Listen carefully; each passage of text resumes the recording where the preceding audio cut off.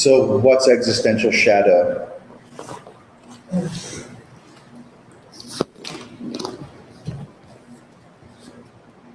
You could say existential shadow is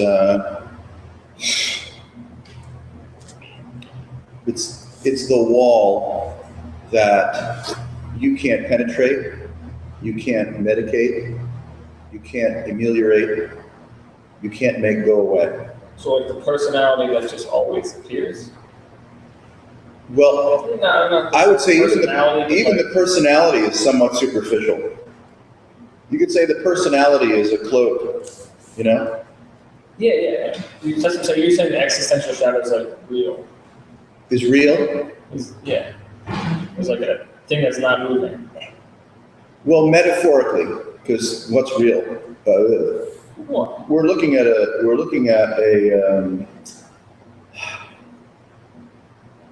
texture of consciousness. Yeah. If I'm in my persona suite, and it looks like life is giving me the bare minimum to keep me enthused. The bare minimum to keep me enthused, or the bare minimum to get through the fucking day. That's a gift, in a manner of speaking. But what happens if, without notice, you're not getting the bare minimum? That's when you have an encounter with what we would call existential shadow. That still is like I don't know, like you're like a more raw, like human personality type. It's like, you know, so you're just like fucking angry at everything. It could be accompanied by anger. It could be accompanied by depression, paralysis, fear. Yeah. Mm-hmm. So you go around like doing all these things to keep yourself entertained, so that doesn't come up. Yes. Most people do. I would say the Yeah. human default strategy is sufficient entertainment to keep the existential shadow as far away from me as possible. Just don't let the fucker catch up with you. Yeah. And so we invent meaning, and we invent enthusiasm, we invent appointments, we invent sentimentalities, loyalties, lusts and loves of all kinds. Why not? To occupy, right, the space, to occupy the consciousness as a, corporeal being, somehow the result of birth, hoping to keep whatever death might be as, far away as possible. So it's a ruse.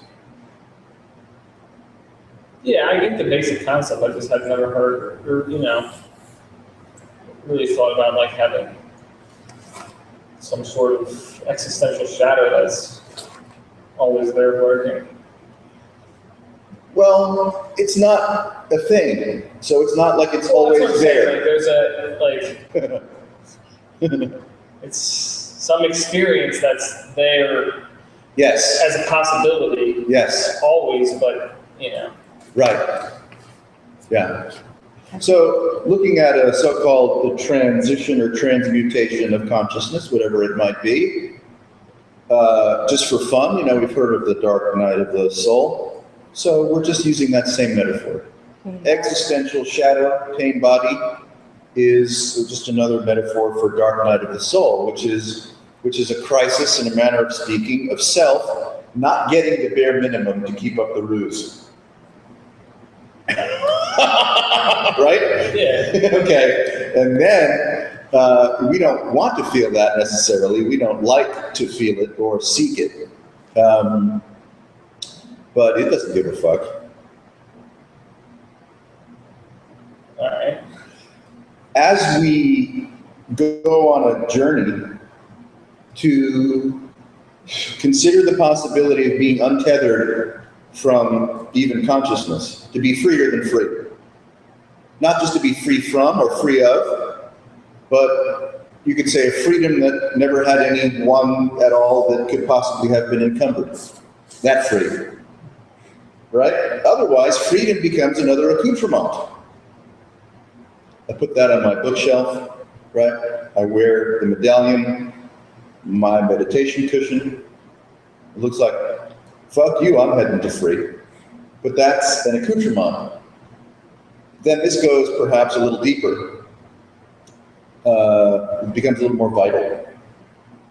And the ruse of persona, dwelling in the body, enjoying or suffering the imagination of continuity, that gig is up.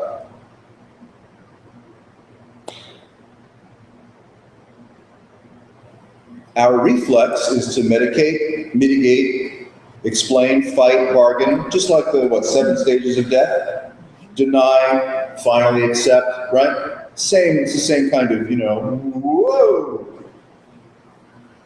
You could say we come to a point, not that it's a point, a place, not that it's a place, it just happens to be this, here, now, those don't mean anything. Where the habit of being distracted by the ruse has flatlined through no effort of your own, and you're being invited to deal. There's no strategy. There's no deal, there's just, it feels like drilling teeth without any pain to it. Yes, it can be extraordinarily raw. And sometimes it lasts for a while and sometimes it passes quickly. Yes. And it never really makes any sense. No, it doesn't make any sense. Yeah. There's never really substance to it. I used to think there was, there's not. No, there's no substance That's to the it. deal, it's just this big giant shitstorm of a story Yeah, that comes in to trash my day occasionally, that's right. or a piece of my day. Yeah, you are, not it, but you are, no, what's the word? Nothing intended by that. But you are, as I am, a shitstorm of a story. That's it. This is a shitstorm of a story. As long as the story is being fed minimally, it doesn't mind persisting as a shitstorm of a story. If, for whatever reason or circumstance, the bare minimum is withheld, I don't want to touch that with a 10,000-foot pole. But that's what we have. I mean, that's the, that if there's a membrane and there's not, between the ruse and the not ruse, it would be an encounter with existential shadow. And it's not a guarantee. It's not like this is the formula and everyone. Fuck your life up and you're good. Yeah, it's not like this is real. It's just another metaphor for, you could say, whatever consciousness is or isn't, considering and taking on the opportunity to break out of its own cocoon. This is how it can land sometimes. Kind of seems like it's like kind of throwing a fit or something, like I'm gonna make it big, I'm gonna make you really big for it. Yes. Yeah. Sure. Yeah. It can. I mean, what comes to mind is the Witches of Eastwick or something. Yeah, Jack Nicholson was, right? it was great. He, showed up in a fancy car, in a big house, and he became bigger than life and seduced all the 3 witches, right? The beautiful actresses that they were at the time. And if you might remember in the end, when they were successful at vanquishing him, he turned into this looming giant figure, right? He turned into a little tiny, like what are those things that you saw? Slug, succubus on the window. He turned into nothing and whoop, disappeared. And that's what we're playing with.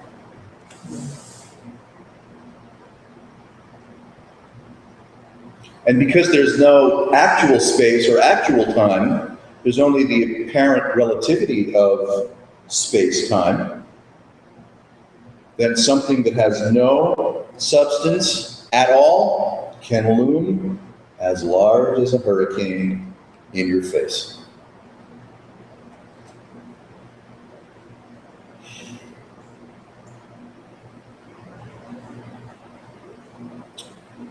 Ta-da.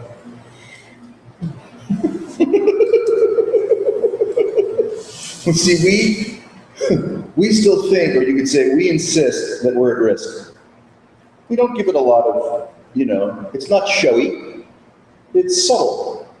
In the office, at the workplace, with the family, with whomever, we're like still quite convinced but subtly so, that we're at risk. As a biologic unit, right? As a person with feelings, sentiments, belongings, dignity, right? As the recipient of a profound accumulation of things that you don't want to let go of or have taken from you, you are at risk. And no one need have any quarrel with that from the biologic point of view. You know, you got your money and your sneakers. If you got a girl or a guy, well, you know, it's more that you got. If you got kids, it's more that you got. If you got a house and a dental practice, investments, a house with a shore, it's more that you got. If you're 1%, you know, the offspring of the DuPont family, or you're the CEO of, Northrop Grumman, it's more that you got.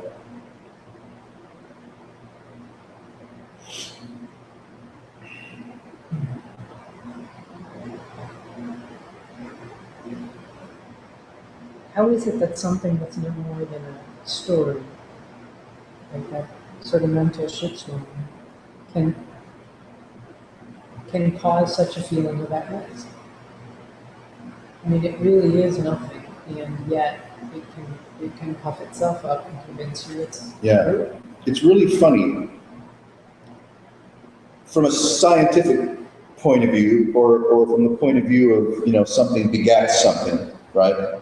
We can say there's a source, there's a tickle, there's causation, there's consequence. But there really is none. So it's a fair question to say, how does nothing at all portray with such looming fascination that I want to die, or I really don't want to die? I don't fucking know. What? It just can. It can. It's animated, right? It's a profusion of such profound animation and sensation that it can conjure, you know, liberated luminescence, and it can conjure, holy fuck, I can't go on. I can't help but think about the sort of the all-inclusiveness of it. Yeah. Quote, it. Like, who says that's unacceptable, and then sort of the opposite, when you're in a great spot, is all that's acceptable. Yeah. So what we might be seeking as some kind of freedom or amelioration or even enlightenment, if you dare use that term, is some cool shit needs to happen to me as fucking soon as possible. Right? It happened to Ramana Maharshi. Look at the look on his face. Right? What happened? So we can't help but think, as the products of individuation, that something neat, enviable, occurred to that person, to that person, to that person, and we want our fair shot, our fair share. Nothing occurred to them. No, the blitzkrieg of the imagination of person ended. That's not an accoutrement.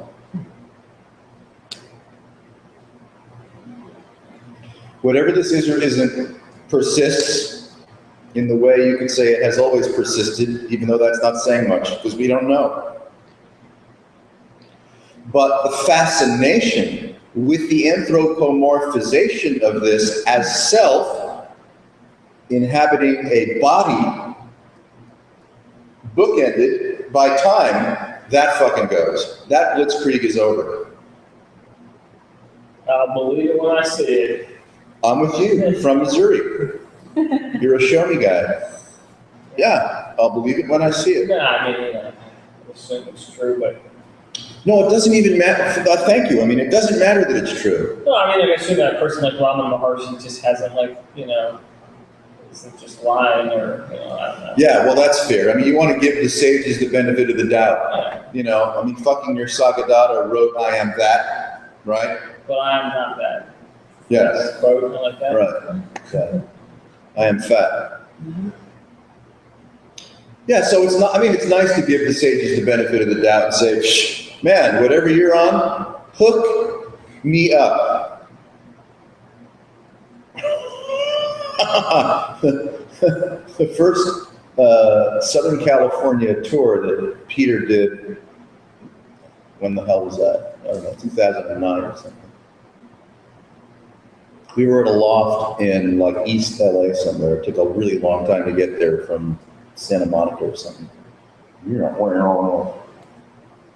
But he was doing his thing, and I just said that to him. I'm like, I don't know what the fuck you're talking about, but whatever it is, hook me up.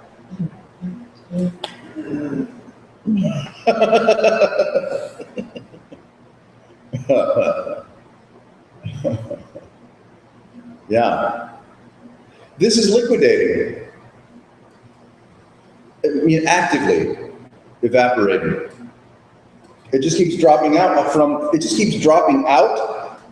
itself, but it can't ever depart from itself. But its nature is, right, a phantasmagoric refresh, which is simultaneous with a phantasmagoric evaporation, and that's all it is. But it suggests, it conjures durability. It suggests and conjures corporeality. It's usually one of the most painful parts of when you're in a bad spot is, oh, this is gonna last forever, or it's gonna come back. Oh, absolutely, yeah. Future thing that makes it 10 times worse. I love those panic attacks. They're really painful. I mean, they go right into your solar plexus and they just will not let go. And you're like, I'm so dead. My tears are flying out of my eyes. And I'm like, I can't do this. Right? You know, you reach for anything because the panic is just too big and it feels like it's going to last forever. Yeah. Those are the good ones. Mm.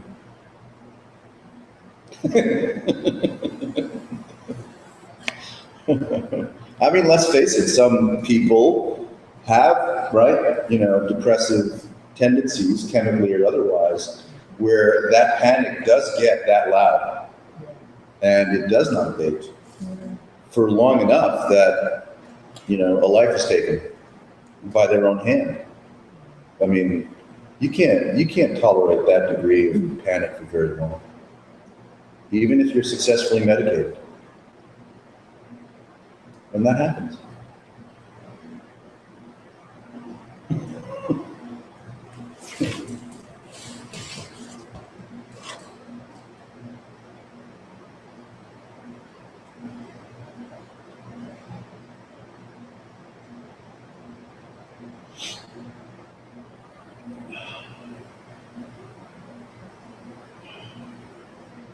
We grasp, or this grasps, by, you could say, its nature. It has a profound capacity for grasping, clinging, holding, naming, enumerating. The thought has come, it's like I've taken this too freaking far.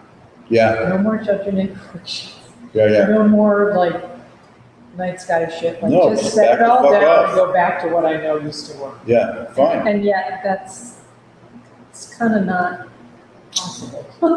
You can't back up. It turns out it's not possible. You can't back up. Yeah. I get a sense that we're just not. No, it can't. It doesn't work. This is a one-way valve.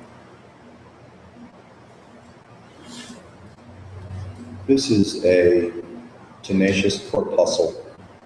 It only goes one way. Yeah, you can't back up and you can't get off the train. I remember when I first started coming around to this, I would be like grumpy. Yes. And one thing I had an edge. I was like, Yeah. shit, Grumpy's I'm good. here again. Yeah. Yeah. No, it's wild. Yeah. We think that, we're going to be exercising volition and choice and enthusiasm and rah-rah sis boom bah, for the sake of some kind of liberated, Tootsie Roll. That's not what's happening. What's happening is that the great turtle has invited you to your own dissolution so that you can see that your true nature is that of turtle scat. Yeah. And we will flip and fly and bargain and resist. Again, because we presume that we are something, that something is happening, that it's happening to us, and that liberation, or whatever the fruit of this madness is an accoutrement of self. So we do that, we flip around, we brace, we fight back, we get uber depressed or uber elated, we can be a little bit bipolar as this, whatever this is, releases itself from the fantasy of incarceration. All manner of curious symptoms can arise. That's why all the chatter, from Adyashanti and others about so-called integration, right? I don't like all that chatter, because you see what happens when you start talking about integration. It acts as a solvent or a salve from what's really going on. Because once you start talking about integration, you're a person, you're on a journey, enlightenment has come your way, maybe you had an awakening, now you're trying to figure out how to fit it into your imaginary life. And so that just becomes another form of inebriation. It's not true, none of it's true. But you can reflect back on your crazy life and call it integration. I mean, if you're Adyashanti, you can do that. And everyone goes, oh. I think they're talking about not going back to being a person. So you oscillate, you're we're good, and then you're trying to be a person, and you're no. Yes. Yeah. Absolutely. Yeah, this oscillates. Vacillates, oscillates, titillates. I was just gonna say it. Uh-huh. Yeah. Right. Switching with us. Yeah, it is. It's pretty much fucking with itself. Maybe I'm a person. Maybe I'm not. Maybe I'm Ramana Maharshi. Maybe I'm a peacock. It just doesn't make any sense to be here, experiencing things. The whole entirety of it's what the heck? Yeah. I think it's good. What the heck? What the fuck?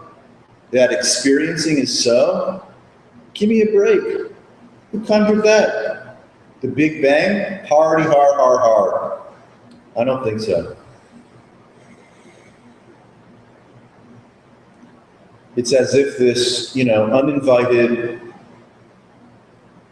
force, right, of experience is just upon you. Consciousness does not come about by virtue of the body of birth.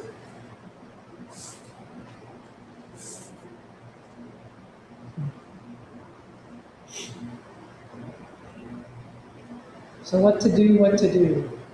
Yeah, do everything, do nothing, make 1,000 lists, check everything off even though you haven't done anything.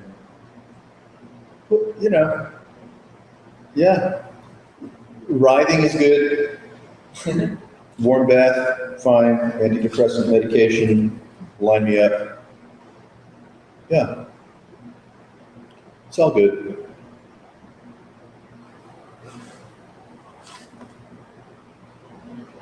The quest for security, the quest for certainty, the quest for destination, for enlightenment as an accoutrement of self has to run its course. Because you could say there's so much subtle belief, subtle bracing, subtle fixation that we're not necessarily conscious of. And that so-called inventory is present in whatever the hell the psyche is, and it's nothing at all. But so this has to run its course. In a sense, it exhausts itself. Right? The habit of self exhausts itself. And sometimes, a dark night of the soul, a big kaboosh, is part of that, part of that process. Elation, ecstasy, dark night of the soul, existential shadow. Repeat. Repeat. Fuck. Leave me the fuck alone. Not on your life. Right? It won't. It will not leave you alone.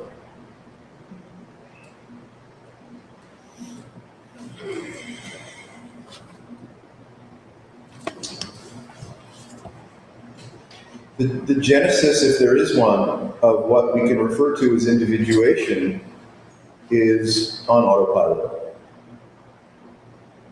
Where we can't be held responsible for the myth or certainty of individuation, and therefore the suffering that accompanies it.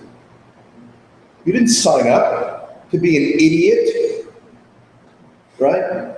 No one came to you pre-conception and said, hey, would you like another run at this shit?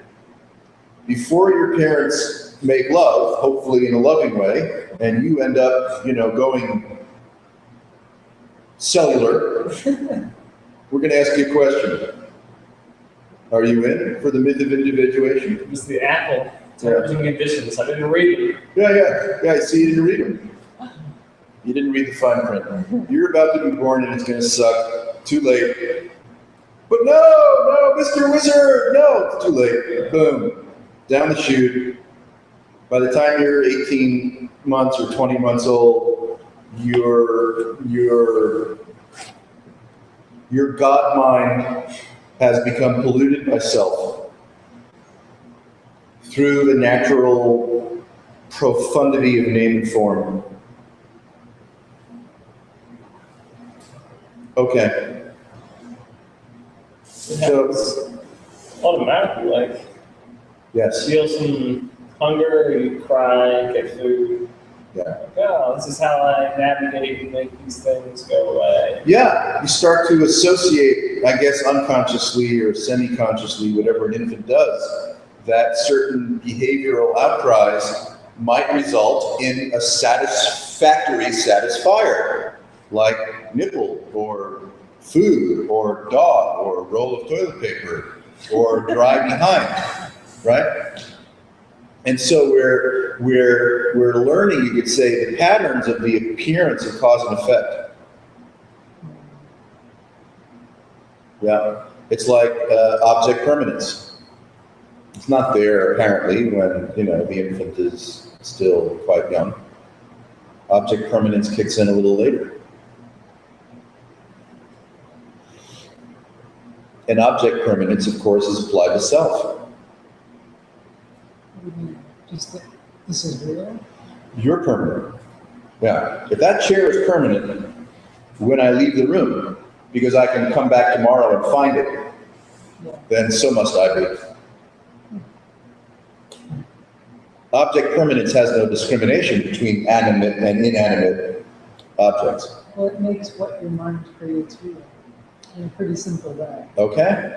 That image Yes. of what's not directly in my experience, of course it's real. Yes. Object's permanent. That's right. You could say that when this insists that imagery as memory is real and durable, bada boom. You guys like it close enough, The guy, I'm wrong maybe like 10-20% of the time, but Yeah, right. most of the time, like it's pretty accurate. Yeah, it's working for me. We've tested this. Yeah, really. I remember where my toys are. Maybe as a young younger, you think like, oh yeah, it's, I remember it all, but later on you're like, okay, maybe not all of it, but it's good enough for me. Like, Right. I mean, let's face it or not, that what we're playing around with is the possible texture of reality. That's, saying too much. Could turn out to be radically, like uber duper, super uber duper, radically different from what our imagination has convinced us of that it is. I like that as a possibility. Yeah. It's fun when you get glimpses, Yes. but about the extent of it so far. Yeah. Yep.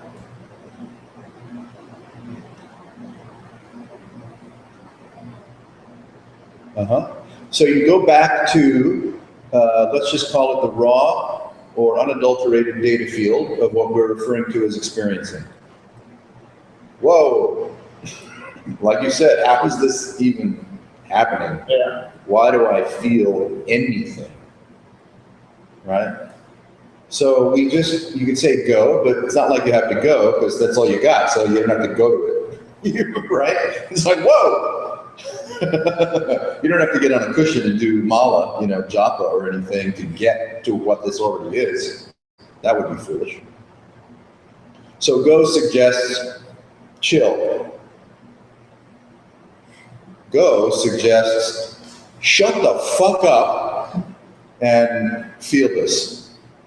That's go. Loiter. Loiter. That's right. Loiter.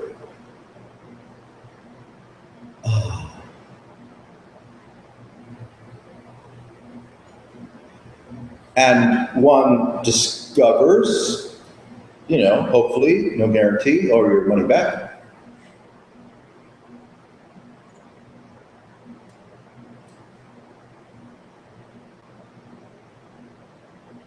But you can't find anything other than the profundity of not knowing what this is. Anything you think you find, anything I think I find, we think we find, is abstraction. Is you could say a false sense of identity, a false accusation. And the texture of what this already is what this already is. I mean, here it is. We don't have to climb some mountain to be struck by a realization. I mean, you can sit down on an anthill and get bit. That'd probably be better. You don't have to go anywhere, obviously. The oxygen deprivation. Mountaintops are good, man. Yeah, oxygen. Yeah, I know. Yeah. I had an old friend that was running the Himalayas and nearly died up there. Yeah, he got severely altitude sick and oxygen deprived. That he should have died, except that some miraculous way he found himself at a very high altitude village, and they knew. One look at him, they knew. Another stupid fucking Westerner climbing too high, right? Here comes another one staggering into town like being under the influence of rabies. Didn't know his name, didn't know where he was. I mean, completely delusional. It took, he said, a couple weeks in a hut that, they gave him a hut and gave him water and gave him food. And for him to regain he had fevers, he had chills. I mean, he was close. They say the only way to really help that is you go to a lower altitude. Yeah. Well, they couldn't get him much lower than where he was, Stop going up. Yeah, just stop going up. Turn your ass around or die. That's kind of where we started with this discussion. Yeah. There's no turning your answer around. No. It doesn't take no for an answer. No, it won't. We need to build an oxygen bar in these towns. That'd be a high lucrative institution. Yeah? Have you ever been to one? An oxygen bar? Yeah. No. I mean, I remember that, they were around and stuff, but I don't actually remember picking up. Yeah. You get really high? I've never been. I can't even remember what I heard, but it's supposed to be, I don't know, fun, something to do. I remember some kind of a healing technique which included rebounding, right? Small trampoline. Rebounding, which moves the prana and moves the heart and increases the heart rate. Doing that while sipping from a mask tank oxygen. Or, certainly a blend of tank oxygen with ambient air. And so this way, as the metabolic rate is arising from the exercise, you are infusing the body with, fresh oxygen. Very therapeutic. I think you might also rust more quickly, but the oxidation could also accelerate, but who cares? You're high.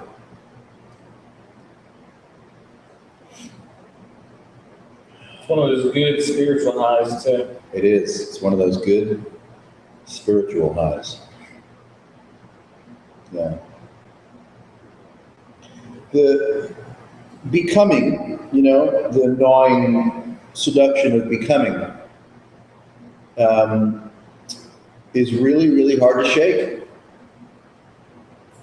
Well, it's propelled by the, let me the fuck out of this. There's got to be something I can do about this uncomfortable state. Yep. That propels you into becoming. Yes, yes, for sure. Wind it back to a more subtle observation. You could say we're always at this membrane, but we notice it most, let's say, going into sleep or coming out of sleep, right?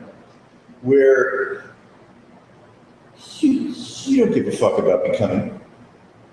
And yet, the seed of becoming, of pattern recognition, of accumulation, of setting yourself up within some kind of coordinate field is there. So it's not even reactive. Yeah. The art of becoming, the myth of becoming is very, very subtle, completely non-volitional, like fucking everything is completely non-volitional. And it's not just reactive, it's actually dynamic. Well, it's all, you could say it's all throughout what we call the day. Yeah, because we're adrift in associative mind. We're living, you could say, as a product of associative mind. And that's simply, right, that's the non-reactive, you could say, consequence or gift of this urgency of becoming, of pattern recognition, dynamism, radiant dynamism, presuming self. It's so remarkably subtle, it's very hard to catch consciously. And even if you get a glimpse or two, it will thrust you into daydreaming very fast. Its Aikido is really unbeatable, right? The myth of becoming, the myth of individuation is an Aikido master that will flip you at every turn. You can't really defend against it. But it's not like you have to defend against it. You get a few glimpses and you're like, I can't outsmart this shit. You can't outsmart this. I mean, how many people even have a conversation that uses skillful or unskillful metaphor to even suggest that the myth of becoming is a factor in life? It's not even in the common vocabulary, you know? News at 7, becoming sucks. The myth of becoming sucks. Let's hear from Dr. Oz on how to outwit the myth of becoming. What the fuck are you talking about? So it's quite unusual to have a conversation where you can even talk about the gesture, the genesis of becoming. It's weird. But as you feel it, as you see it, as you notice yourself being a kind of a product of this urgency of becoming, which is completely heretical, maybe you get a giggle, or a chill, or a chuckle, or a dark night of the soul, you know, for a couple hours or a couple lifetimes. Well, you know, who's running this thing? Nobody. Nobody's running it. And yet, if you're lucky, you can supplicate the God of your choice, right? The religious founder of your choice for help, for intervention, because the panic is too fucking hot and I can't take it anymore. And you might get a gift, you might get a bone. Thank you, Jesus. And I mean that. I mean, really. When you're in the midst of a panic that's choking the life out of you, and Jesus or, you know, Muhammad or Shiva or, you know, Byron Katie throws you a bone, you're thankful. Nothing wrong with that.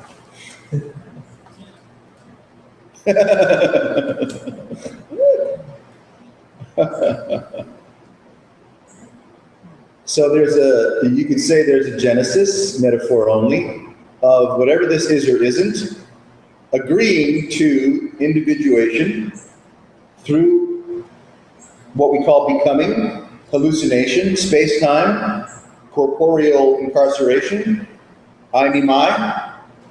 You could say it agrees to it. Or it's just playing hide and seek. It's like, oh, I'm gonna just fuck with myself and see if I can forget myself.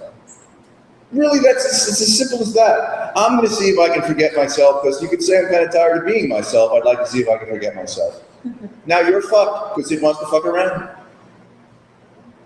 Because consciousness wants to have fun, we're in trouble. As you could say, the bacterial repercussion of forgetfulness. God damn it. Just because you want to sleep doesn't mean those strings are just going to get pulled. That's right. That's right. Well, at least somebody's enjoying themselves, right? Yeah, that's right. Why shouldn't consciousness be enjoying itself at our expense? That's cool.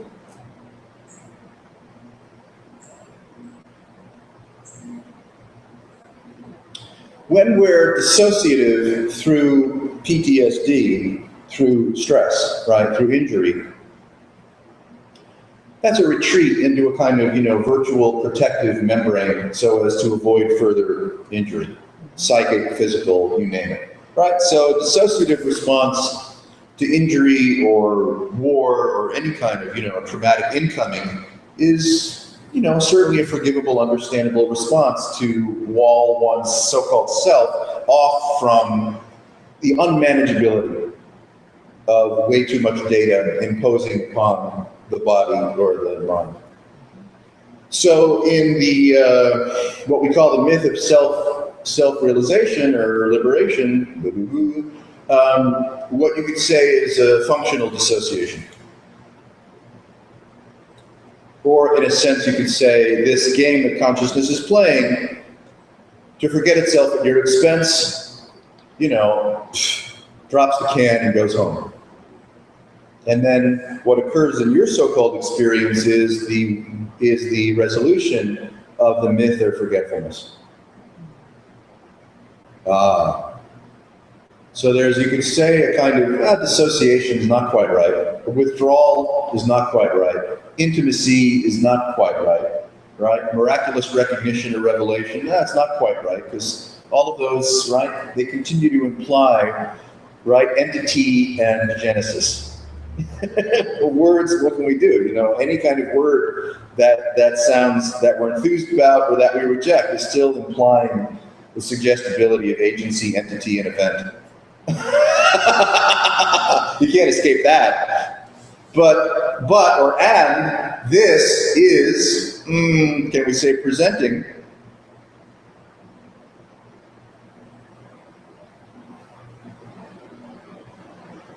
completely without reference.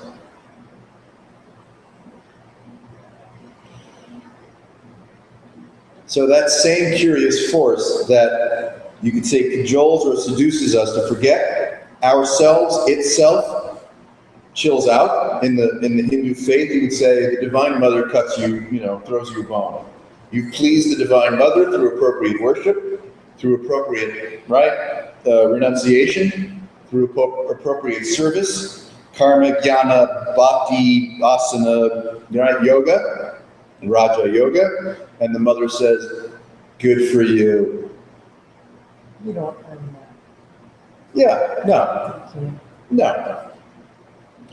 But the metaphor is fun, because if you could say it's the will of the Divine Mother that suggests or infers forgetfulness, and therefore the dark night of the soul of suffering, and it's the grace or the will of the Divine Mother that forgetfulness leaves you. And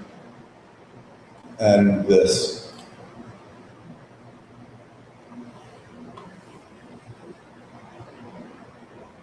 The urgent seduction or repetition of becoming lapses.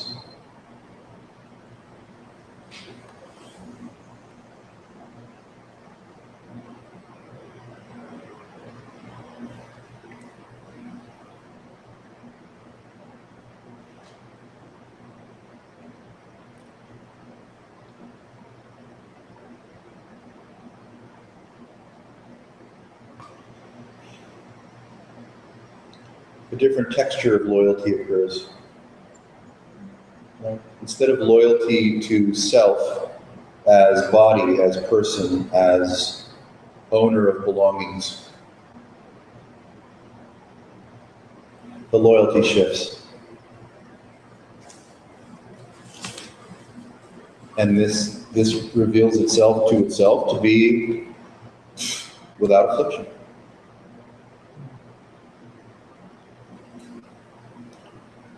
Fuck you if you can't take a joke.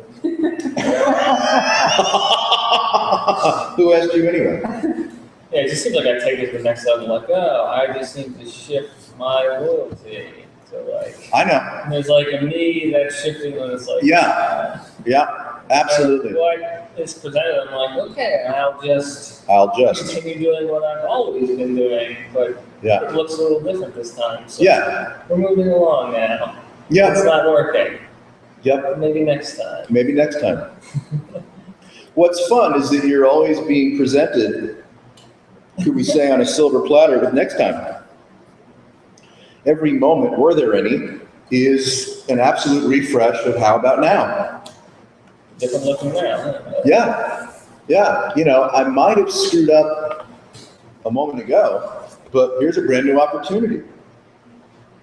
And that's all you've got is a brand new opportunity. No, just forever. Yeah, like just forever. Right. That's why it's fun to play, for me anyway. It's fun to play around with the metaphor of you're presented nonstop with a so-called fork in the road. You can go samsaric or you can go nirvanic.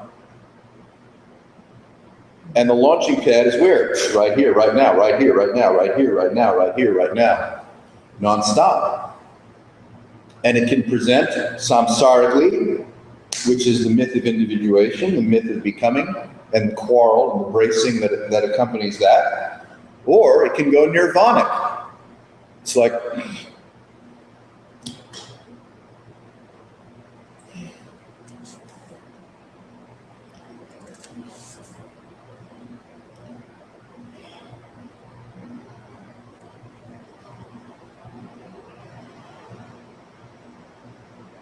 free from accoutrement, free from self, free from past, free from future, free from the very consciousness that could be hoodwinked, which is strange because we don't necessarily see or have some kind of sensitivity to what could this possibly be if not for consciousness. Right? Yeah. Well, what could this possibly be if it's not consciousness? Dude, I don't know. I have no idea. And yet, this can breathe into itself and just not associate as consciousness, not associate as my consciousness. Unburdened completely by quality. That's how freedom is not an accoutrement. Because you can't find anything that was ever not free that's now enjoying the enviable boon of freedom. Right? It's just this. It's always just this. It's always just this. Absolutely unencumbered. In the midst of, the absolute global chaos.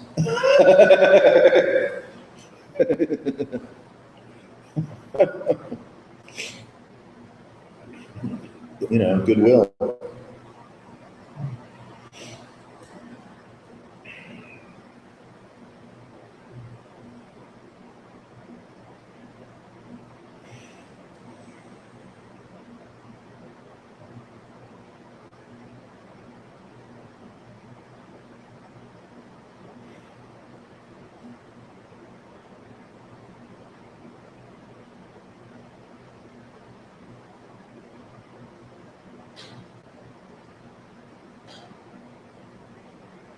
Did you watch the TV show True Detective? The recent one or the first one? The recent one. No, I haven't seen any of the episodes of the recent one. You watched the first one? Yes. I mean, sporadically over the shoulder of my lovely wife, who was binge watching it on Hulu. Scared the bejesus out of me. Yeah, the first one was good. Yeah, it I was like good. McConaughey's character. I guess most people do. Yeah, The second one has a guy who has a retreat center and holds like meditation classes. And oh, cool, fun to see somebody in popular culture. nice. But the first season has a bit of that too, with McConaughey's character. Yeah. Yeah, they're weaving a little, new age mumbo jumbo into the TV culture. But his was like a new strain that I guess I personally hadn't heard before. I don't know if you had, but earlier in this show, the series, it starts off with him talking about like humanity just being a complete mistake, and they should. Yeah, His meditation is is on Jesus' moment before in the Garden of Gethsemane, wasn't it?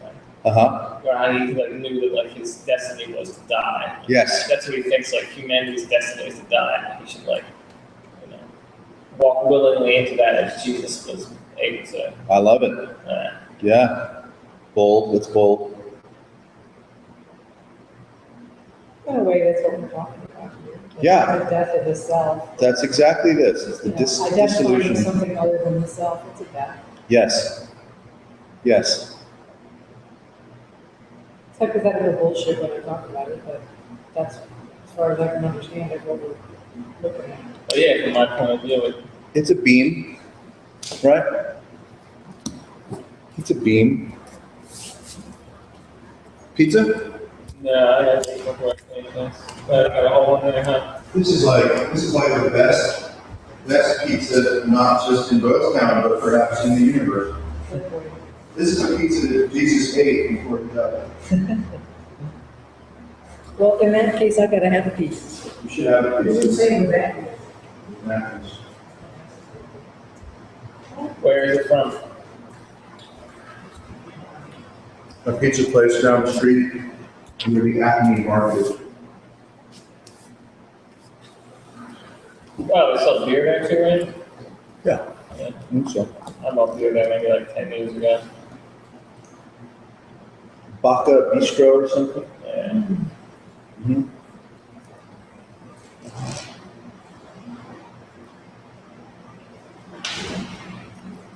Hey, James. Oh, you must have heard there was pizza. Pizza's on the right. Ah, okay. Good colors. You just never know what's gonna walk through the door. Oh, look at all this. Full service Sangha. So you're here, I see. They're repairing the floor next door. So I guess I'll run downstairs, liquids downstairs, right? Water. Yes, Are they taking out the asbestos floor tiles? Are they asbestos? Like that. they might have been. Hmm. I don't know if the tile remover was wearing protective gear or not. They're like old 12 by 12, right? Yeah. Yeah, they're not always, but a lot of times. hmm But yeah, tile doesn't really make a lot of dust. Doesn't really get you sick. hmm All the water on it should have kept the dust to a minimum. All the mold and moisture.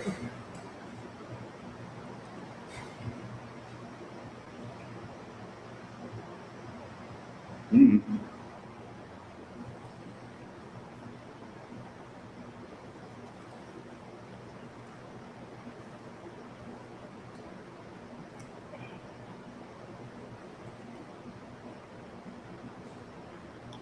I know I said it before, but the words no manipulation, hmm that's kind of the crux of it. Like, Mhm. let it be. hmm Don't get in there and try to fix it or negotiate or any of that. And it leaves you in a different spot. hmm Not always fun. Or I can tell. But it's not a practice, it's just methods of manipulation that they can. Mm-hmm. Yeah, manipulation is another, good word for bracing. Damage control. Even interest in that is being. Yeah, It's kind of like if you've ever been really sick and you kind of lose the impetus to do anything about it. yeah, You just go floppy and it's like, fuck, I'm just sick. It's Yeah. really there. You don't even really necessarily want to take painkiller or anything because well, you're just beat. That's what it feels like. It's every single morning when I wake up. mm, Man, I feel a lot better if I move, but mm. I think I'll just sit here in pain.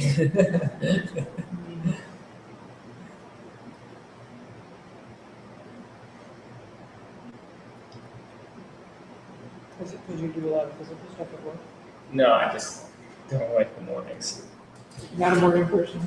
No, if I did no work or a lot of work, it doesn't make a difference.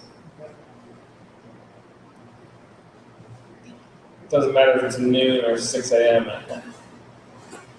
Getting up just kind of sucks. Yeah. We reflect on present experience as being some kind of deliverable for our pleasure. Of course. That's the goal, isn't it? Yeah, no, that's the good news. So this asks a kind of very simple question. Really, what if present experience is not a deliverable? You mean it's not the subject of it's not the result of some outcome? Something like that. Well, both. It's neither consequence or source. It's almost, is it possible to experience it as not a delivery? Yes, Stop trying to manipulate. I think that's the question. Just to be bold and brash, because I enjoy that. All yoga, all systems, all religions, all founders of religions, ask the question, what if this is not a deliverable? You think Jesus had a good time in the 40 days and the 40 nights in the circle in the desert? What was he doing? Playing his harmonica? Right? We know he wasn't hanging out eating pizza. Right? And the Buddha had it easy. That was just one night. Well, he did starve himself to He was at it for decades. not that long, but No. 7 years, right? I think. 7? Yeah, All right, it was a 7-year stint. it's pretty long enough. Yeah. Jesus had 40 days. Jesus wins. Well, he was nailed to a cross at the end of that, so Jesus lost. yeah, it depends how do you want it. I guess they pulled straws. Yeah. Yeah, you got the Jesus straw. It's all the same person, it's just a reincarnation. Yeah, it's all the same person. They just keep,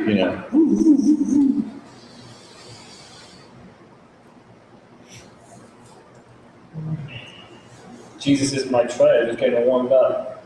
Yeah, Next one. absolutely getting warmed up. Yeah.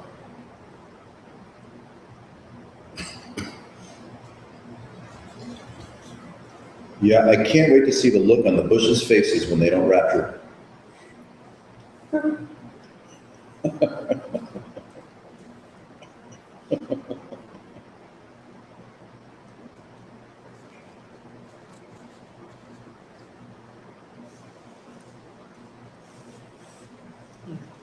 This is an engaged profundity of texture. It's absolute.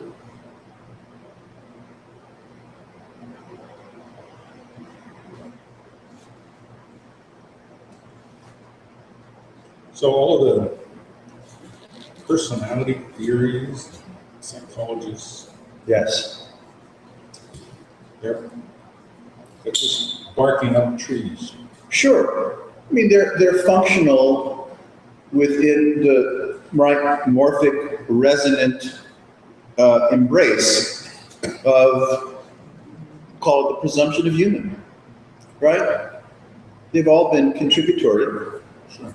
functional, but within a very, you could say, narrow bandwidth of hysteria, of presumption. Yeah. Are we beggars of the divine? What? I'm sorry, Beggars beggars. of the divine. You cannot petition the Lord with prayer. Who was that? Okay. That was Jim Morrison. The Doors.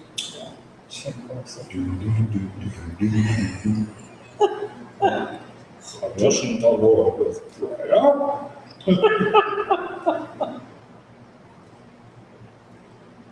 But, under the influence of religiosity and so many similar programs that promise amelioration of suffering, we remain beggars to the divine, beggars to the sacred. And immersive revelation suggests otherwise. What's the carrot? Yeah. Can't I just rest now? Isn't this dumb? Yes. Immersive Done for enough. meaning just sinking in, just like, not goal oriented, you just, This is not a deliverable. It's the end of the myth of this being a deliverable, of this being the consequence of anything, of this being the cause of something other than itself. it's weird because it seems like it's intertwined with things like steps and goals and stuff like that. Yeah. I mean, it seems like there's this stuff that still exists kind of, but it just doesn't have that part that you thought it did, In other words, it does seem to me like there's a refinement or there's something. I mean, I don't know. It's endlessly refinable. I mean, for the short period of time that so-called humans were playing around with either the macro or the micro, universe field, what have we found? I mean, are we done? Are we done? 2015, we got this? I Just don't think about so. getting close. We're getting close. Yeah, we think we're getting close to some finality of an appreciation of the physics of creation. Yeah, tell me about it. Unified field theory. Yeah. We're gonna get it. That Ha, close. ha, ha, ha, ha. Oh, my nephew is working for some accelerator project. It's the major thing that's looking at the Higgs boson and all that. Yes, Owned jointly by France and another. CERN. Yeah, he's working on a CERN project. It's Yeah. like he's in college and he's helping with the CERN project. Why not? It's pretty cool. He was telling me about it. He mentioned Higgs boson. I'm like, I gotta Higgs get him. boson? I gotta get him the boson. I always Gotta talk bring about him the Yeah, boson. bosons. I gotta get him the boson one. Yeah. He's gonna get a kick out of that. I hope. No, turns out that the entire universe is made out of bosons. If you look really closely at them, all of a sudden you can see their wild orange hair. Oh my God, the whole universe is made out of bosons. Who'd have thought? Hi, kids.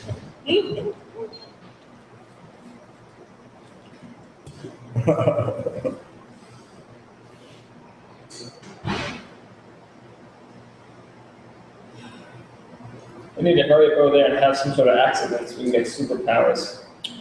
Yeah, It's making it more interesting. yeah, that would make it more interesting. And it's funny how TV and like mass media kind of stuff, there's a really explicit kind of dreaming in that. Like that's where like science fiction and all that. Oh, yeah. It's pretty cool. Yes. Ayahuasca, TV, same. One's just you're tuning in your own head, one's you're tuning in somebody else's. Yeah. Ant-Man, Psycho 3. It's the same. Did you see Choppy? My brother saw the movie Choppy. No. I hadn't even heard of it. She showed me the preview. It's a movie? Yeah, Chappie, like Chappie. Oh, Chappie, the robot, right? Well, their British, they pronounce it Chappie. Chappie, okay. Yeah. I don't know. I just watched the preview, and he's like, oh, I'm consciousness, I'm alive, I'm Chappie. And it's like, this robotic journey is Yeah. like somebody. Yeah. It seemed like another, Yeah, sort of this in popular culture again. yeah.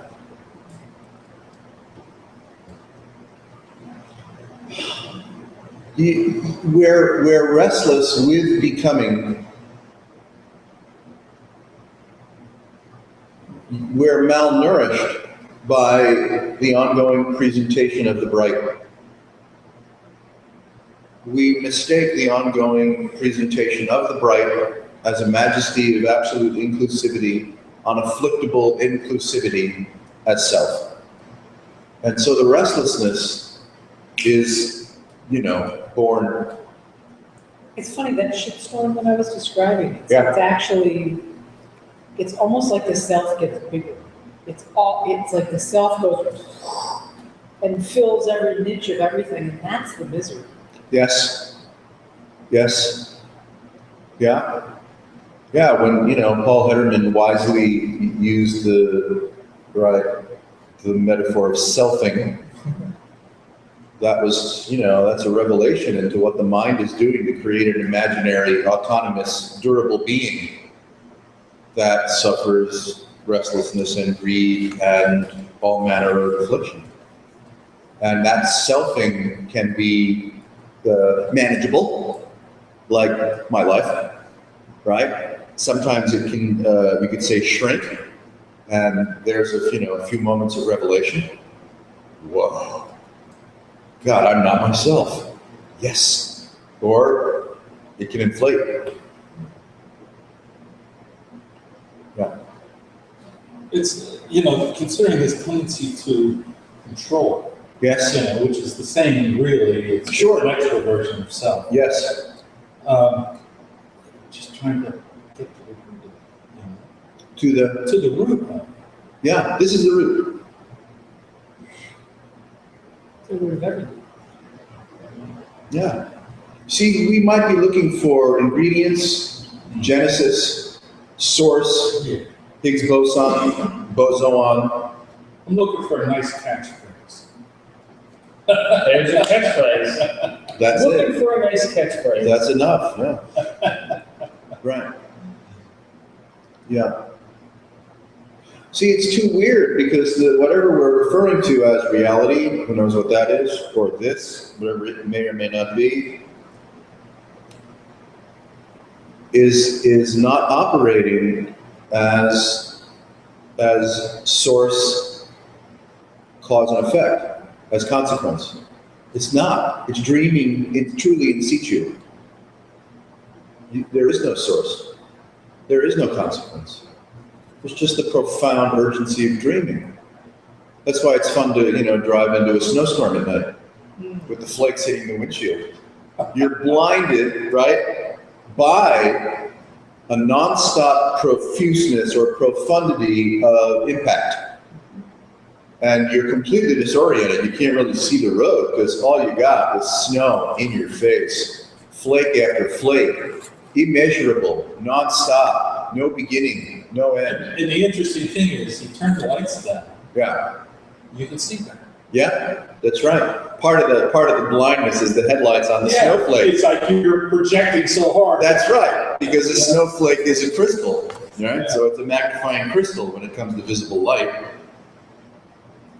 So here we are in a causeless, ceaseless, deliverable free effusion of nothing at all, appearing as the remarkability of nested infinities of pattern and consciousness.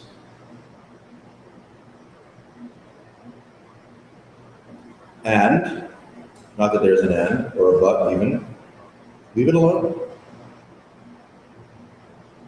You see, we cling just enough to it to want to make it right for me. Right? Isn't that the snake eating its own I tail? definitely want, keep going back to wanting to frame it. Yes. Well, the framing is, I mean, it's another metaphor for wanting this to be about something, Oh, yeah. hopefully for the benefit or my pleasure or my security. So, Sri Ramjit Maharaj would emphasize to his devotees, what don't you understand about this is a dream?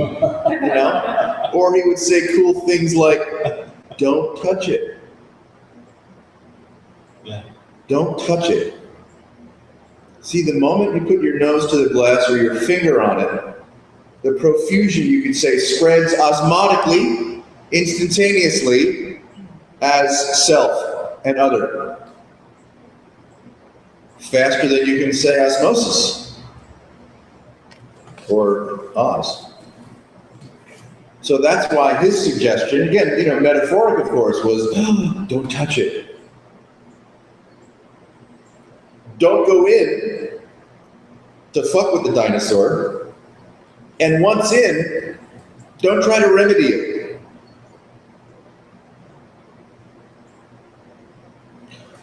You are not to be bold. You're not the recipient of consciousness. Really don't touch it. That would include framing, right? Manipulating, trying to be safe, enjoining. I think consciousness, the word is just caused immense stress and angst. Oh, absolutely. Yeah. What was his name? Wayne's guru, Ramesh, right? Ramesh. Consciousness is all there is consciousness. Big fucking deal. How about not? What does consciousness convey? All there is all there is. All there is all there is. Thumbs up, baby. But the problem is, now that you know what it is, now that you know that all that is all that is, so it's the touching that gets this in trouble. Don't touch it. It's its problem that consciousness is all there is and all there is consciousness. It's not your problem. And it's not a revelation for you. It's like, leave that shit alone, man. We get excited, right? This gets excited by its own presentation. So it touches. Oh, am I something? Bada boom, you're fucked. How quickly? Quicker than quick can be. But only apparitionally so. It just happens to be a potent, poignant, highly pixelated apparition, complete with remarkable sensation. And so it sure can feel afflictive. Hi. Pizza. Help yourself. Really? Yes. And does it Talk meaning to we eat the pizza and then fall onto the mat? Yeah, eat the pizza and then take a nap.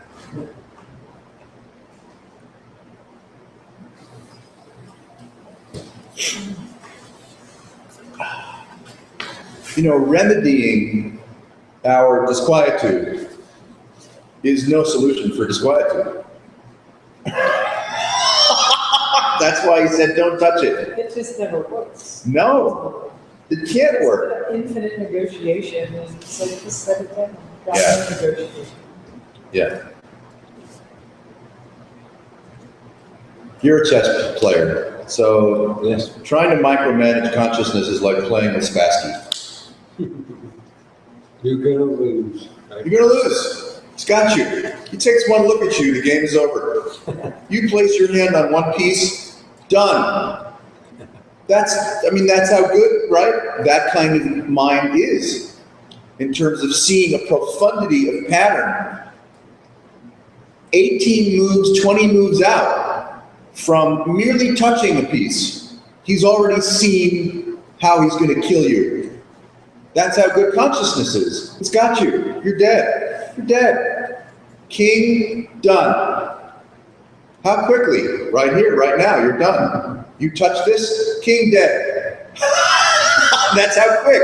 You put your finger on a piece, your king is horizontal. Maybe I'd be curious to see how I lose. But isn't that life? Mm-hmm. Yes? And then maybe make it last a little longer. So beautiful. It's beautiful. We want to see how we lose. Because I will have to say, it's an interesting analogy. I've seen people get so ruffled because they should have won in the world, right? Yeah. How could he be? You know, it's like, God, relax. Yeah. And for me, I could lose 7 games in a row. Yeah. Ready for the 8th because there's a certain joy in doing my best. And winning and losing is like, so what? Yeah. You know, if you did well and I did well and you were better, fantastic. Look at that. Wow. Yeah. You earned that. Well, I can get tired of this.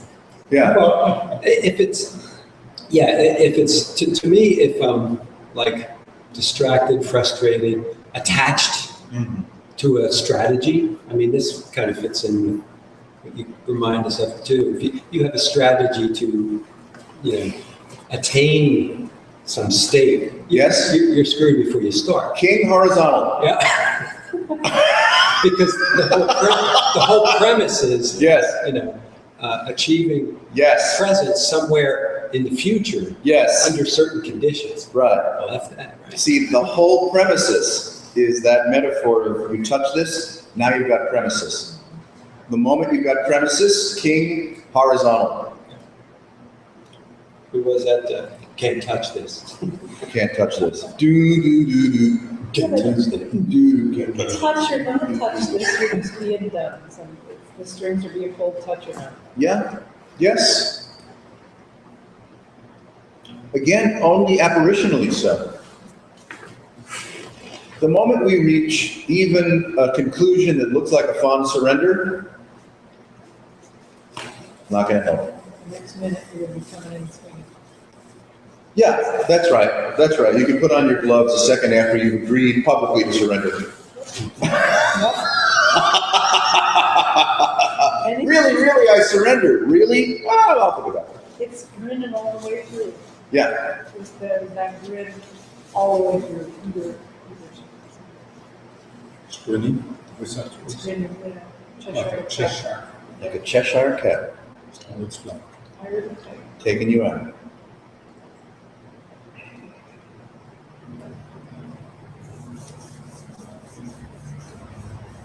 Going to texture is practical in that texture is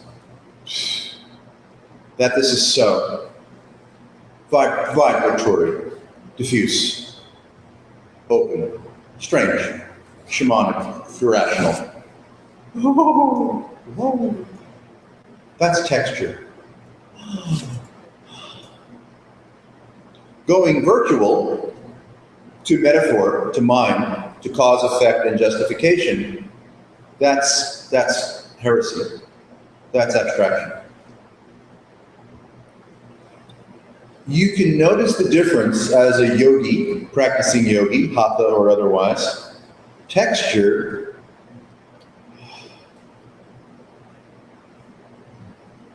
has a certain kind of brightness.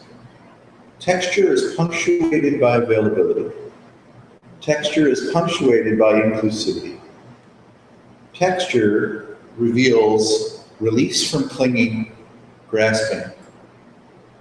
Whereas mind, whoop, suffers from affliction instantaneously. I have a very difficult time getting along in this life without anxiety, without diving into mind. Yes. I mean, and then because I'm not getting the results that I want, there's some other mental mechanism. Yes. To Right. fight with that and to win over that. Yes, And it's horrible, but like, yes, and so I kind of, I feel right now, this stress on my neck. sure, Because the only way I could seem to do what I felt I needed to do yes, was to abandon everything, like hyper focus, like a compulsive hyper focus crazy person. sure, why not? And I got the job done. It took me till 7, but Uh-huh, I did what I needed to do, and which made me feel good. Because, right, I had screwed up so many times trying to, it was like too big a problem. everybody knows that about you. But now I'm struggling trying to like let that go. There's this Yeah, power, right, this residue, residue of intentness. yeah, of willful vigilance, Yeah, yeah. it's hard to shake. Yeah, yeah, sure. Yep.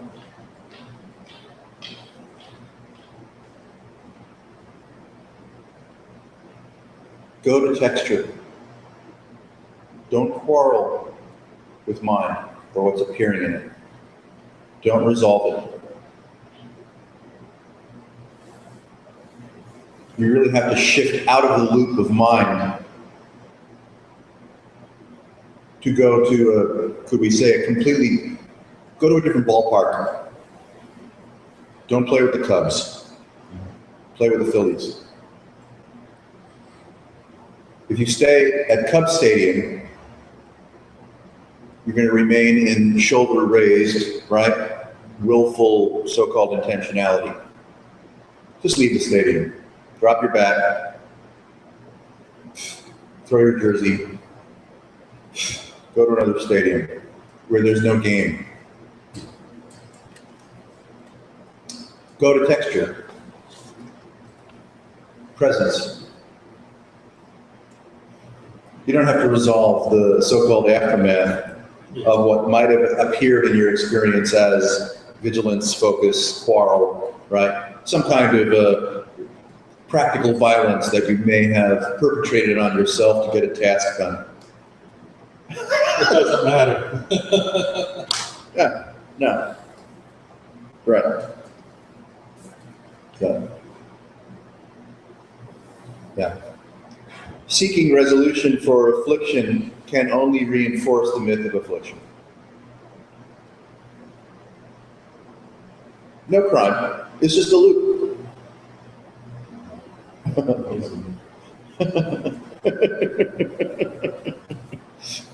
I have to be right. I have to be justified. I have to figure it out. I have to make peace with, right? I, me, my. This, shoulders. Just leave the game. What you could do is throw a right hook at the umpire and you'll get ejected.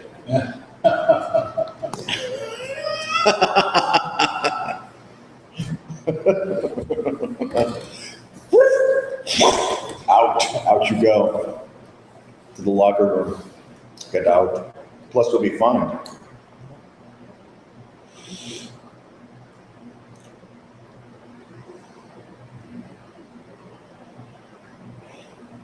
This is not to, what would you say, mitigate or make small of the vibratory field that is suggesting, right, this conundrum.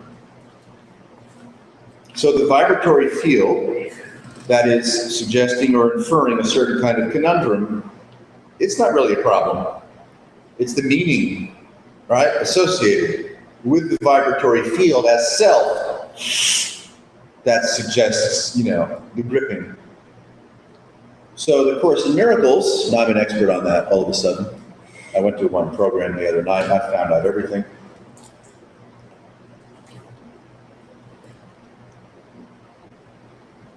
From a Course in Miracles perspective, one recognizes the pain of individuation, pain of belief, the isolation of being right, justifying, and beseeches the good Lord, divine intervention, Alfred E. Newman or Christ, whoever you turn to grant us the gift of a different perspective, which might include something loosely referred to as forgiveness, something loosely referred to as surrender, something loosely referred to as revelation, which permits us to release ourselves from a position of focus, continuity, or grief into positionlessness. So this suggestion of going to texture is absolutely no different than the wisdom being espoused in the Course. It's just a little more direct. It's a lot. I can't stand all of the evangelical overlays of the bullshit in a fucking Course in Miracles. Yeah. And I was given permission by the teacher of the program to say, he said very graciously, if not passive aggressively, the Course says it might not be for you. Which is a way of saying, Get lost. Get the fuck out of here. get out of my program, you oppositional dick fuck. Sounded real nice, but it was like, you can leave now, you oppositional dick fuck. That's fun. I thanked him for his kind permission.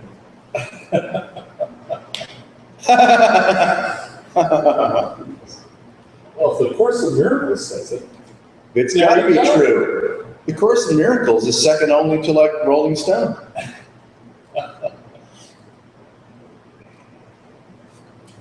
Well, there goes the mind again, right? Yes. It's engaged with some kind of content, Yes. and the content's kind of sexy because it's taking you to know content. Yes. But then you're kind of like, you're getting in this self-improvement zone, and before Yes. you know it, you're really dissatisfied because there's no Yeah. end.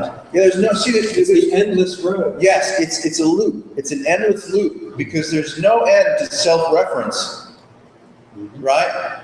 When dealing with the myth of, let's say, forgiveness or being relieved of self, it's a loop. And that could turn out to be a beautiful life. If you're successful, thank you. If you're successful at forgiveness, or what was that cool Hawaiian thing? Anapana, Manahana? Hakuna Matata. Hakuna Matata? Don't worry. No, this was an actual, there was a thing called Anamanapana, Wanahona. Oh, no. Yeah, Kahuna healing. I apologize, I'm sorry, Uh-huh. please forgive me, right? Oh, Yeah, I mean, 2 windows on the side and 2 windows on the side. Thank you. we'll see you tomorrow perhaps. Okay, thanks. See it. Bye.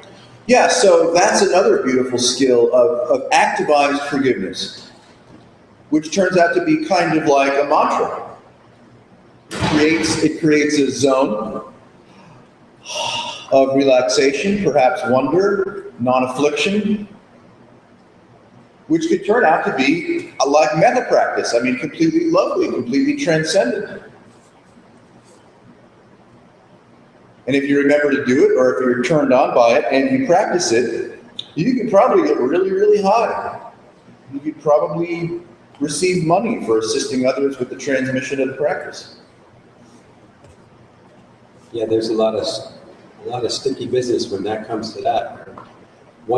Yes. One being elevates another, or one being puts down another. And then before you know it, Well, this is what I was noticing it's for myself by participating in that course meeting. I was seeing, a loop of reference back to self as a successful engineer of forgiveness, resulting in the sought for release. I'm like, boy, you're going to stay in that loop likely for a long time, especially if it appears to be working. And if that's one man's ceiling is another man's floor, fantastic.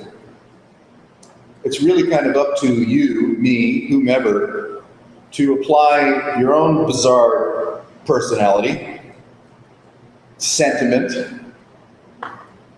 texture of being, to whether you want to go evangelical, direct to Jesus through the Catholic Church, the Christian faith, through Gnosticism, or go to Jesus through Course in Miracles as something that's perhaps less church-y, but still provides you with a base of faith for transcendent forgiveness.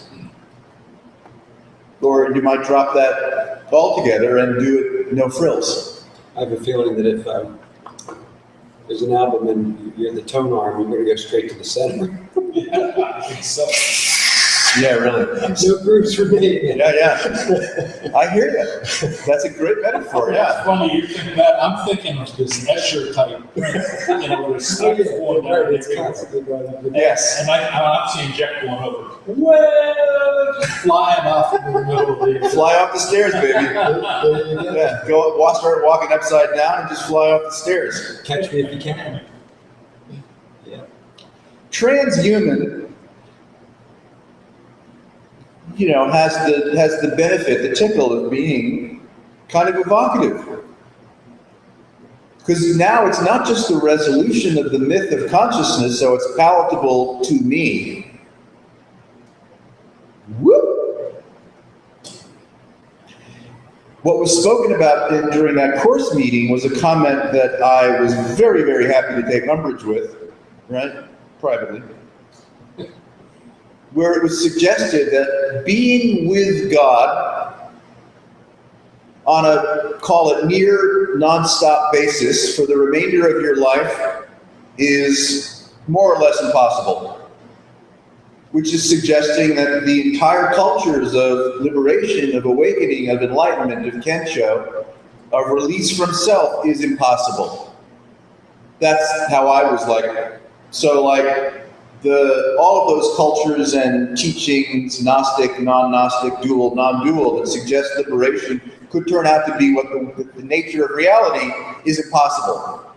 I was sitting there going, No, but was this more opinion on the facilitator's part, or was It ha- reading from scripture? it has to be, because it's really hard to go to the so-called course itself and find something that is not going to be interpretable.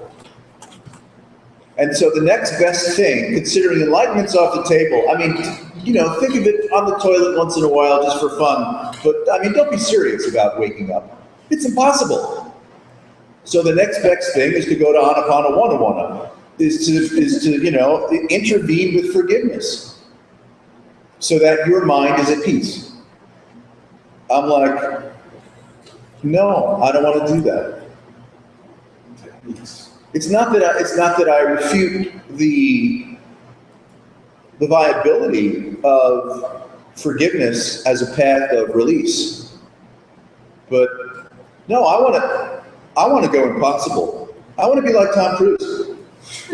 I want to be the fucking Tom Cruise of liberation and do my own stunts.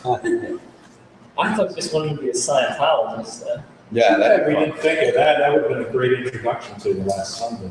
which Tom Cruise. Tom Cruise, yeah. Hey, don't worry, they'll invite me back. Har. Oh, I think that They will, actually. yeah. I mean, I don't know if they invite. I don't Yeah, you know. messed up, Jeff. You're too nice. No, I'm kidding. That was too nice. No.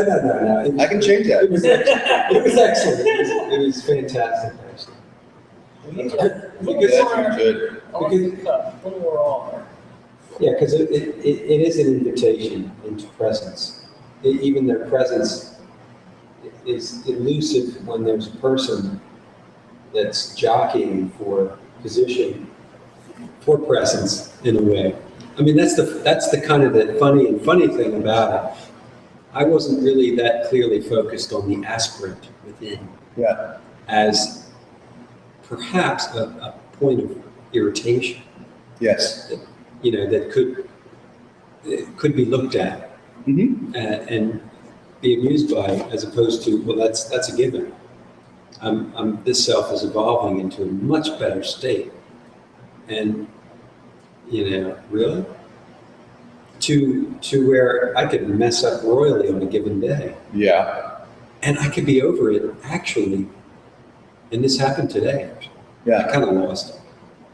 Yeah. Yeah. Oh, you had a meltdown? Yeah, but then I Or a focused melt-up. on the work. I was refusing to change this state. I'm focused. There's more work to be done. I'm doing it. Yeah. You got to go. No, I'm doing it. Yeah. I'm doing it. I'm going to calm down by doing it. Yeah. You know, and I Yeah. just, you know, Yeah. and then it was like, I'm good. They're good, and things progressed. I love it. In the past, man, major complex because Yes. the self. Right. How could you? You know, and then you, I. Oh, yeah. That's not fucking me. I'm Right. To get a shovel and some coal. This needs to be done. I'm not going to go somewhere and BS with you to try to get over something that doesn't need to be gotten over. Yeah, Let's yeah. stay with the work. Well, that's fun. And And it worked. that's the you could say that, practical deliverable of elasticity. Yeah, and even without a person, in a sense, that elasticity is, I'm not caught up in saying, oh, I fucked up, or, oh, it's working, or not working. It's, wow, it worked itself out. Yeah. With really not a whole lot of mental intervention. Sweet. And maybe that's a takeaway, I don't know. I can't get away It's a- from it's some an sort honest- of gain. it's an honest report. Analyzed gain from Yeah. situation, but that's the way it is. Yeah. What can I say? From the point of view of pretending that this is something and that we ought to do something with it, especially to ameliorate what appears to be affliction, then that's why the utility of go-to texture could come in handy. But it's not really a solution. It's not really anything. Because as we enjoy, you could say, more nuanced elasticity, the myth of the entirety is, I don't know, revealed. Now there's room to do something about something, right? As we play around with the oscillation of mind, which is virtual, texture, which I would suggest is actual,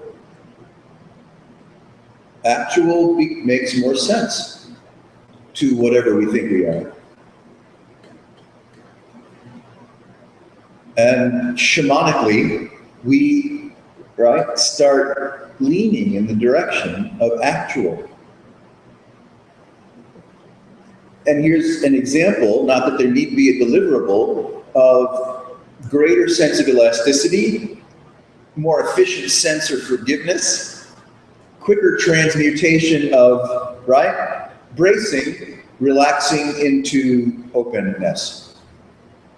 But I don't want to sell that because then it becomes another fucking thing. Yeah, because the opposite has proven to be valuable as well. Like not being averse to aversion. Yes. If that makes any sense. I mean, Sure. I remember the conundrum of listening to, I forget who it was, Jerry coming and saying, things are working pretty well for him. There's this section. Well, what's the percentage of that section? Oh, He goes, right. About 35%. Yeah. You said, focus on the 65. That's Yeah. where it's at. That's right. That's where it's happening. That's And- right. And Your that, liberation is coming from the shithouse, not what's going well. and see that counterbalance is like a juicy piece, because then it's not, I'm waiting for that feeling. This fucking thing right now sucks. Yeah? Hey, you know what? This fucking thing, hey, I'm alive. Whoa. Ooh, it's intense. Whoa. It's dark. Whoa. It's, I don't even have a friggin' word for it. Whoa. And see, so there, again, it's a little different than elasticity, but again, another takeaway is range. Yes. It seemed to be polarized towards a presumed, things that are mutually agreed to. Peace, light, love, harmony. Yes. Symbiosis and so forth. And then, you find that dissonant half note, two people holding those half notes in a choir, man, it's intense, it's powerful. Oh, yeah. Because you could feel it. It's just like, it wants to So that's what. It wants to harmonize, and they're like, and it actually has some emotive effect, not body. I just mean vibration. So yeah, it's, and even again, I'm still focused on self, but I can't. This self-improvement thing then relax into seeing that what I saw as a fault was actually a gift. So it's like a fault or a gift then becomes irrelevant, and then the self behind the fault, the person perceiving fault and gift, become less relevant. Well played. So anyhow, maybe it's the pizza. Let's have another slice. Did you try my chili paste? Maybe it's that. I'm indulging. I think I have some residue too from today.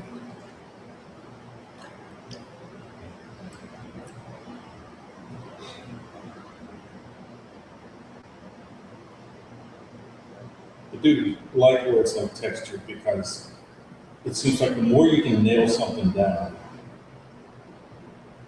the quicker you're going to find the problem with it. You know, I repeat a mantra over and over, and then, I don't know, or a visual,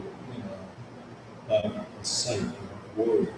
This is a dynamic apparitional field. That's what we sense or feel. It's the revelation of a dynamic apparitional field. Yeah, personhood. And the myth of personhood, which is kind of an extraction of the dynamic field, is it's an incrustation. It's a hyper focus. Yeah. And it goes on, right? The rumination of personhood goes on, and effortlessly, impersonally, spontaneously, streaming into view according to whatever the so-called moment's conditioning is, which has no duration. So by playing around with what's not working, the angst of continuity, the angst of individuation, we start to tune into, attenuate with the dynamism of a morphically resonant field with nothing to be found.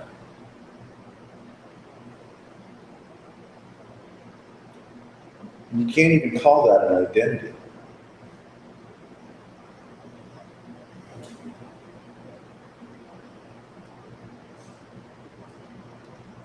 And this poetry of one's own experience, one's self, big S, small s, doesn't matter. Irrefutably so. So if we become willing or curious, interested in exploring the texture of experience together, conversationally, open-eyed, cordially, this resonant vibration, this texture of being, becomes more palpable.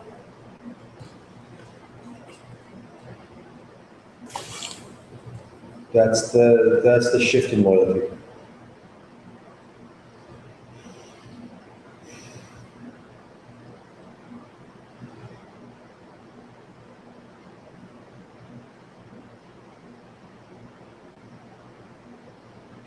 Who knew that emptiness could be so inspiringly nourishing? We thought this had to be about something for it to be nourishing. That it had to be about me to be nourishing. Turns out that's not so. It's not about anything. And it sure as shit isn't happening to you.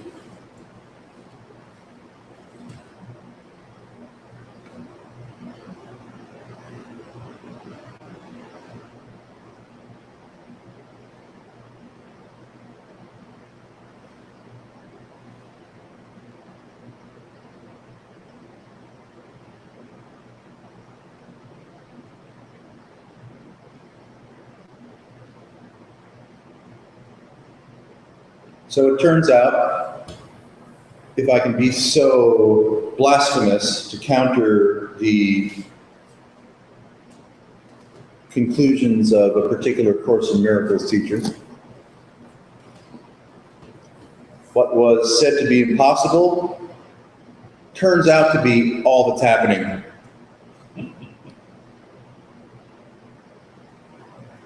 Conscious contact without adornment is Brahman, is the sacred, non-stop for the duration, even though stop and duration don't mean anything. As we release from the myth of personhood, the unforgiving, the forgiving, the unforgivable, the forgivable, all this is Brahman. Not as an impossibility, but as the only thing there is. Take that.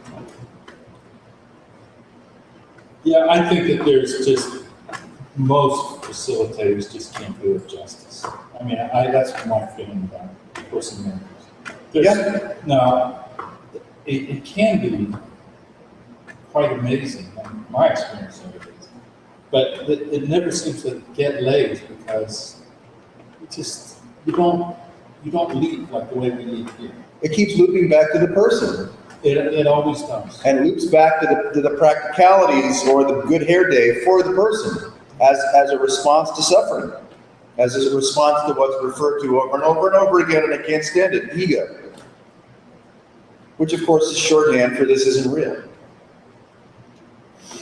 But I would say it's way more curious than this is real or not real. Right? If you just aim a shotgun and go, boom, this isn't real, you haven't really, right? You haven't really touched anything. It's just a blanket, it's just buckshot. So using it's not real or using ego or using these inconvenient shorthands it's a field of accusation. And it's not revelatory. Yeah, yeah. But I love to complain about everything, so,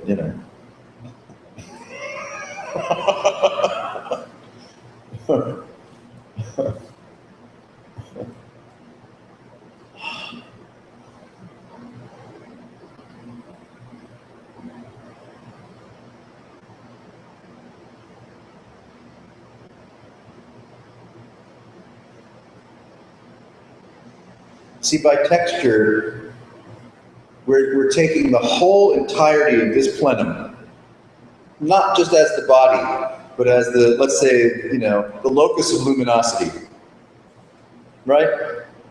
Don Juan, luminous egg, blah, blah, blah, blah, blah. This is a locus, not quite a locus, of luminosity. And as we go to what we're suggesting by texture, we're filling the plenum of luminosity with sensitivity and availability. That's not fucking human. It's just not. It's not beleaguered by human. It's not beleaguered by ego. There's no mistake. There's no reason to nauseate over it. That's the yogic difference, I could say.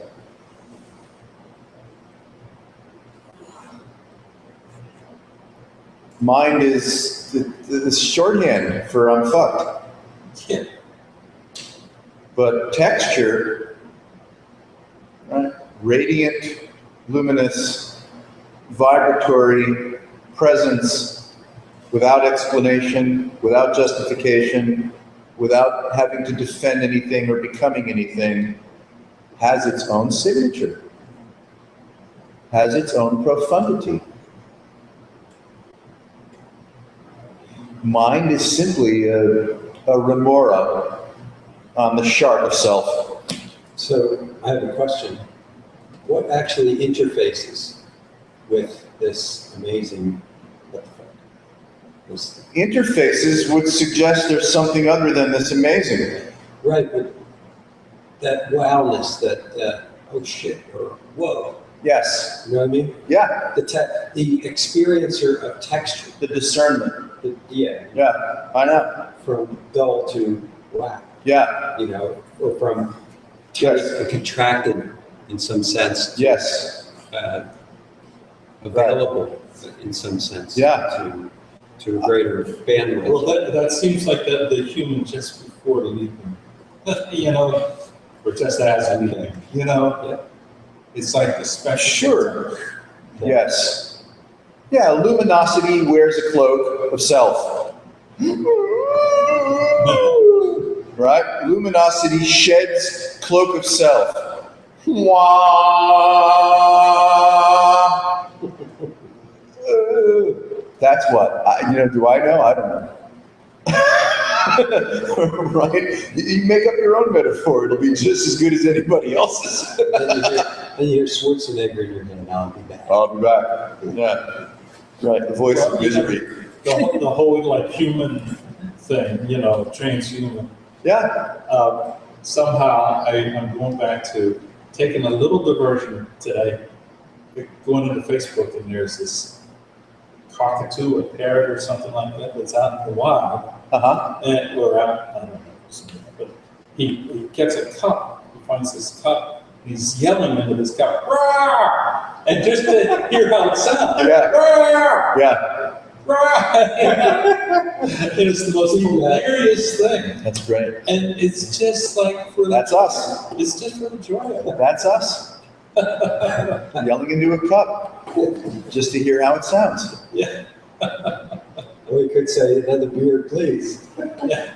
I'll shut up if you can fill it up. Yeah. Oh my God, it's like sad feedback. Yeah. Yeah. Wow, look at this.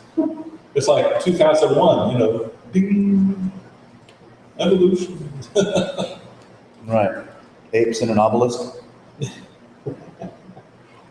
Yeah. Cockatoos, you know. Cockatoos in a cup, apes in an obelisk, humans in a box of pizza.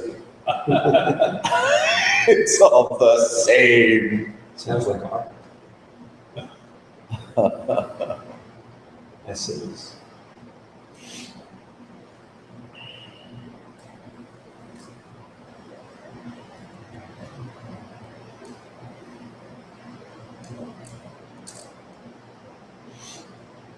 Well, you kicked this around enough, eh?